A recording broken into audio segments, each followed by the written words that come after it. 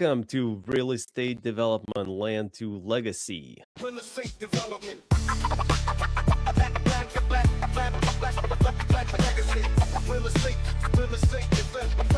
Real estate development. Land to legacy. Crisis communications and media relations expert and author John David brings decades of experience representing companies both large and small. He has a broad expertise in crisis communications, from managing media scrutiny, both earned and undeserved, to navigating sensitive situations like workplace violence and financial scams. That sounds like a low-stress job. It's not as crazy as it sounds. Part of that's, I'm a publicist at heart, so I have to build myself up, right? But it's interesting. I mean, when you sit there, and I've dealt with, so I had a client that was a Ponzi schemer, tried to buy his business, and it was turned into this. It was a huge, massive national story. I've dealt with crazy things during my career, and sometimes, like I said, you go to work and you expect you're going to do one thing, and then wham, something happens out of the blue and you're completely upended and you're dealing with an unusual PR crisis. And so it can be a really interesting job, that's for sure. So is this a matter of turning bad news into less bad news, or delivering it to the public? How would you describe it? Well, I think the most important thing is that you have to really look at every situation individually. It's important to always get the facts. I always say it's sort of the first step is triage. What happened? What really happened? A lot of times there's misinformation. We're in an age when everybody has the ability to publish information on their phone in seconds. And so the first thing when something goes wrong is, okay, what exactly happened, right? What really happened, as much as we can figure it out. And then it just depends, because sometimes the information out there is wrong. And if you can correct the record, you can make bad news kind of go away, because you're correcting the record and you're realizing what they're saying happened didn't exactly happen the way it was being said. And therefore, you can correct the record, you can get it to die down. But most of the time, there's usually something happened, something went wrong. Things happen. There's accidents happen in the workplace. There's cases of, sexual harassment. It happens. Workplace violence. It happens. Businesses, banks deal with issues. Companies deal with embezzlement. You have, as we've seen in the past few weeks, there's cyber attacks. There are software problems that shut down businesses. So bad things do happen. You can't completely run away from them, but how you manage it is the trick. So we're in real estate, right? What is the worst case that you've ever had to deal with? I think the worst case, everything from, I've dealt with things like property management issues where there have been crazy things have happened, at a property that's being managed by, for example, someone gets injured, someone gets assaulted in the lobby of your building. What do you do? The local media is there. How do you handle it? And then from the development side, the biggest issues we're seeing now are, it has to do with new projects that are coming out of the ground. Developers, I'm in South Florida, and condo developers, there's a lot of buildings coming out of the ground, and prices have gone up. There's, most urban areas, land values have gone up. And in order to make projects profitable or more profitable, they need to expand. So they need to get a zoning variance. They want to go higher. They want to change a setback. They want to increase the density. And you get a lot of opposition for that from neighbors. And the folks who've already, I'm in South Florida, there's folks who've bought their piece of paradise, right? They bought their building and it overlooks the intercoastal waterway, or if they're really lucky, the ocean, or it overlooks a beautiful golf course or whatever. And then now someone wants to come build a tower, and now you don't have a view of the intercoastal or the ocean or the 15th fairway. You're now looking at another building. And the neighbors have, folks have figured out how to mobilize, themselves against these things, and they spin up a website or put up a Facebook page and start to, reach out to the local planning board, and this is an outrage. How dare you do this? And now you're a developer, you got a problem. How am I going to, I got a bunch of neighbors who are not not supportive of what I'm trying to do. So how do you handle that? How did you handle it? It happens all the time. I think the main thing is that it's a communications challenge. In some cases, owners have rights, right? I'm not a lawyer, so I try not to get into the legal side of it, but owners have rights. You buy a piece of property, it's your property. And there's existing zoning out there that says you can go so high, you can go so far, all these things, you can have this much density. And there's process in place for which you can ask to go higher, add density, all those types of things. And so you have to go through that process and educate the local planning board or the local village council or whatever, but you also have to educate the neighbors about what's going on here. I have a right to be here, I have a right to build here, I have a right to go this high, and there's a process for us to try to go higher or add density. We're going to try to do that. And that's where that's sort of like the starting point. And then you have to figure out, okay, what do we do? How can we work with our future neighbors to try to make some kind of a deal that works for all of us, because what happens is you have cities are not against growth, they need growth. They need these projects. They need the tax base. A lot of times you're knocking down a building that had some number 20, 30 units in it. Now you're going to put in 100. So now you have 80 people who are paying a lot more property taxes every year and utility taxes and all that other stuff. Plus they're adding to the local economy because they all have to go to the grocery store. They all have to go to the hardware store. They all have to buy gas. They all have to do all the things you have to do.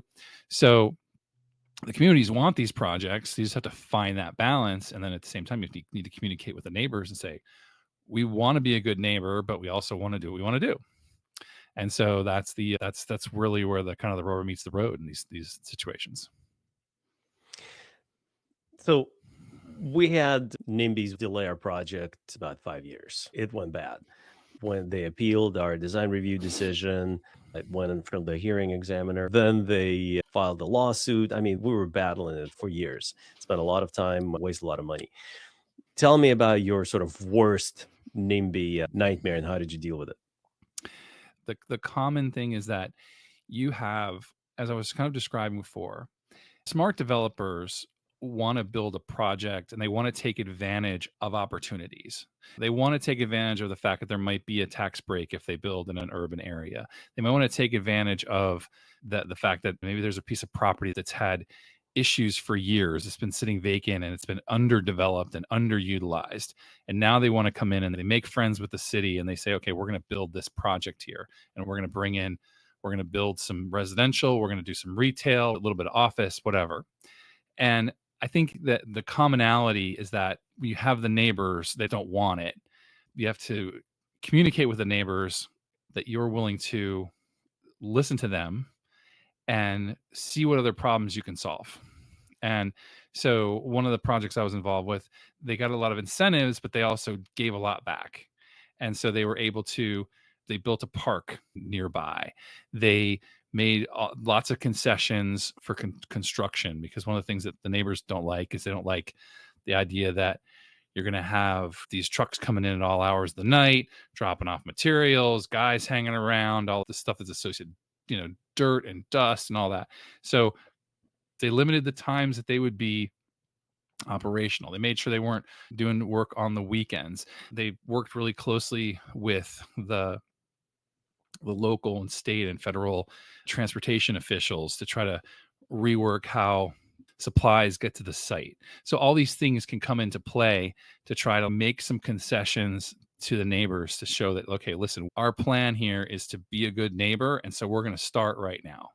Those are the types of things I think made the biggest difference. And then when you have to deal with this NIMBY pushback, you can explain to not only the decision makers at the village council, the planning council, the city commission, whatever it is, but also to any local media that are interested in this and who are listening to the neighbors who are saying, this is going to destroy my quality of life, that they say, but listen, here are all the things they said they're going to do to counterbalance it.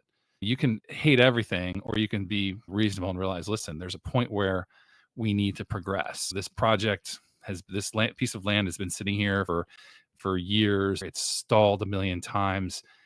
You don't want to see a big tower there, but guess what? That's a better use of it than having it be, what it is now, which is in disrepair or disuse, or it's underutilized and it's not contributing anything to the local economy.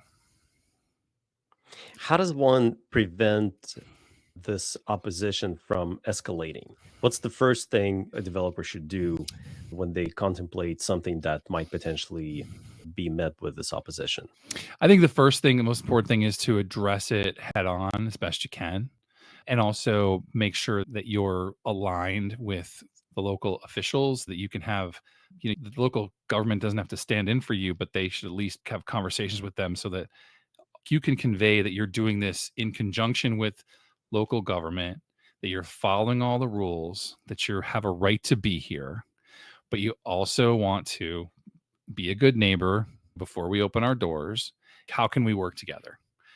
If the opposition's point is, I don't want it, period, 100%, well, then, okay, now we know what we got, right? Now we know the battle line is drawn with people who are not being respectful of the fact that we own this property and we're going to develop it. And so we have to understand the opposition, right? So that's actually helpful. Now you know what you're up against. And so then you plan accordingly after that. So that's the first step. One of the objections we got at that one in the one example was, why do you have to develop it? This land's been vacant for so Sure. long. We've been walking our dogs there Should and be a we enjoyed it. Why don't you Yeah. just convert it into a park? Yeah. Like, Right. No, absolutely. That happens all the time. I mean, we have issues in downtown Miami. It's an archaeological zone. And so every project that's kind of in this general vicinity has to abide by lots of rules. And inevitably what happens is there's buildings where there's buildings that get knocked down. The buildings had been there for 60 or 70 years. And then they knock it down and they find some archaeological stuff. And inevitably the neighbors say, well, let's just make it into a dog park. And they don't realize it. And that's, again, they've already got their piece. They're the one, they live down the street. They've already got their piece of paradise. They've already got their condo that looks over the water, and they get the breeze and they get the sunshine and they get that piece of paradise. And they're saying, well, yeah, just turn this turn this into a dog park. And you have to say, listen, we bought this project. Remember, there was a building there before. So it wasn't a dog park. So we're not taking away your dog park because there was no dog park. Then, what I've seen some smart developers do is they say, listen, we're going to take this piece of land that had like no access to anything, right? I mean, it was it was on the water, but you couldn't get to it. And we're going to make it so it connects with the river walk or whatever. And we're going to give the public access to the waterfront that they didn't have before. It's harder to argue against that. It's hard to sit there and say, well, okay, we're not going to give you a park, but we're going to give you the next best thing. And again, if the battle lines are drawn and the only answer is no, well, then you know what you're dealing with. But if you can make some concessions where you can, give the opposition something, then you have a better chance of getting it through. and so is this type of advice that you give to your clients?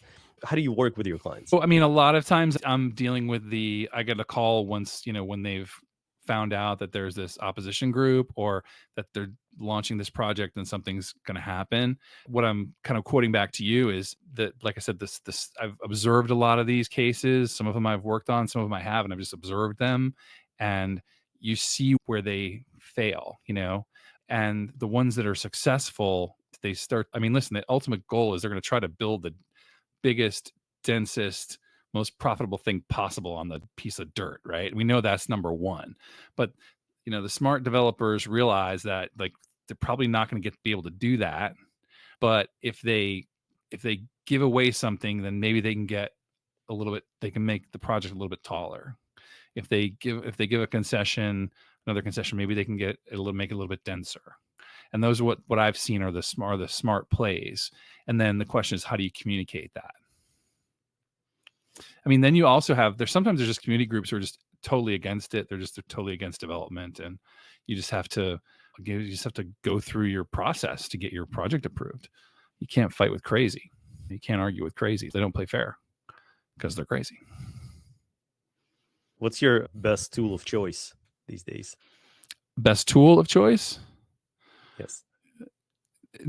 From a communication style, is it media? Is it social media? I think you have to do everything. I think you have to do everything. I think you have to, there's still a lot of credibility that comes with traditional media, and the real estate industry is one that still has a fairly robust following in most areas. There's still, because listen, real estate developers advertise, real estate developers, it's a driver in a lot of economies. And so that using earned media, essentially meaning actual stories, editorial pieces that are written by real journalists, it's still the strongest thing. It's still the most credible thing. But you have to be everywhere where people's eyeballs are. So, if your NIMBY group, puts up a Facebook site that's bashing your project, you should have your own Facebook page that explains the virtues of your project and figure out how to put some advertising dollars behind it and try to reach that same market. You have to be on social media. You have to be on all these different platforms because that's where the eyeballs are. So that's where none of us are getting our news from any single source. We're all getting it from different places, and most of the time we're getting it through the phone. Right. When essentially every kid with a cell phone is now a journalist and a blogger and a social media celebrity. Yeah. You have all these other avenues that are trying to attack you. Did your job change with the social media revolution? Absolutely. I mean, absolutely. I've been doing this for 30 years. I'm 56 years old and I've been a publicist since I was 20.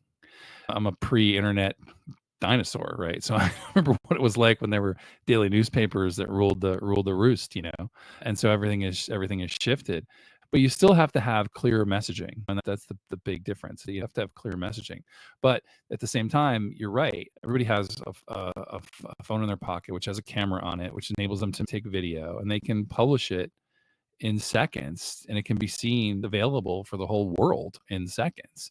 And so that stuff has totally changed things. You can't deny things the way you may have been able to in the past because there's a picture of it that's online, there's video of it online. So that's absolutely changed how you respond to things. It makes you have to be quick and accurate with your messaging because there's folks who are out there monitoring things. In the real estate world, you can't stonewall your neighbors and say you're not going to start your project and then at 2:00 in the morning on a Tuesday start digging, because the neighbors can be out there in 5 seconds with their phones and it'll be up on Twitter/X before you know it. They're not being truthful. They're not being honest. So you're really, there's a different level of accountability, but you can also use those tools yourself. So there's a lot of potential there at the same time to get your message out cleanly.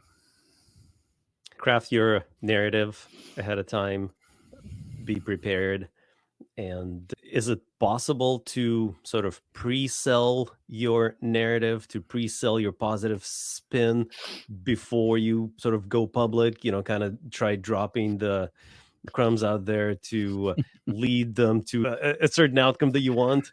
I think you can prepare for a crisis. So I'd say that for companies, they all should be prepared for a potential crisis and at least have policies in place, have a media policy in place so that if a journalist reaches out to someone from your company, they know what to do, that you have the ability to contact everybody in your company quickly and cleanly so that you can get.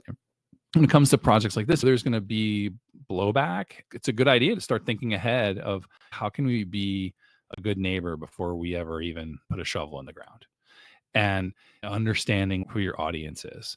Most of the time, your audience is going to be, a planning board or planning zoning commission, whatever it is, city council, county commission, that type of thing. And they're going to, they're going to follow the rules. They're going to follow the laws.